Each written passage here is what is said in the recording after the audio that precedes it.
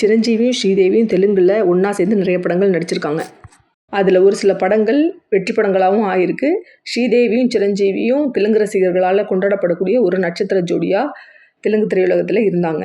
அந்த நேரத்தில் டைரக்டர் கோதண்டராமி ரெட்டி சிரஞ்சீவியை வச்சு கொண்டவெட்டி டோங்கா அப்படிங்கிற ஒரு படம் எடுக்கலான்னு முடிவு பண்ணார்.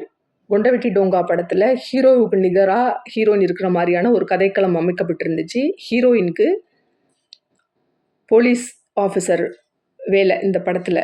இந்த கேரக்டருக்கு நடிகை ஸ்ரீதேவி நடித்தா நல்லாயிருக்கும் அப்படின்னு ஃபீல் பண்ண டைரக்டர் நடிகை ஸ்ரீதேவி கிட்ட போய் இந்த படத்தோட கதையை சொன்னார்.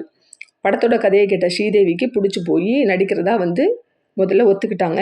அதே நேரத்தில் ஹீரோயினை மையப்படுத்தி இந்த படத்தோட கதை இருக்கிறதுனால படத்தோட டைட்டிலை மட்டும் விடி ராணி அப்படின்னு மாற்றிக்கலாம் அப்படின்னு ஸ்ரீதேவி டைரக்டர்கிட்ட சொல்ல, டைரக்டர் தெலுங்கு திரையுலகத்தை பொறுத்த வரைக்கும் ஹீரோவை முன்னிலைப்படுத்தி மட்டும்தான் கதை நகருது, அதனால் சிரஞ்சீவியை மையப்படுத்தி தான் படத்தோட டைட்டிலும் இருக்கணும் அப்படின்னு என்னால் இந்த படத்தோட டைட்டிலை மாற்ற முடியாது அப்படின்னு ஸ்ரீதேவிகிட்ட சொல்லிட்டாரு. ஸ்ரீதேவி கோவப்பட்டு என்னால் இந்த படத்தில் நடிக்க முடியாது அப்படின்னு சொல்லி குவைட் பண்ணிட்டாங்க.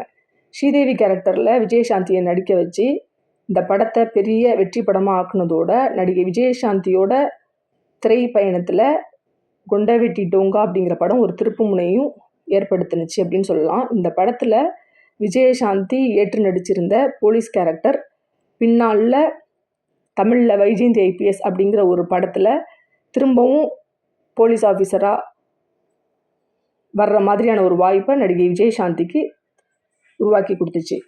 அது மட்டும் இல்லாமல் ரொம்ப பெரிய புகழையும் கொண்டவெட்டி டோங்கா அப்படிங்கிற படம் விஜயசாந்தி கொடுத்துச்சு அப்படிங்கிறது ஒரு மறுக்க முடியாத உண்மை.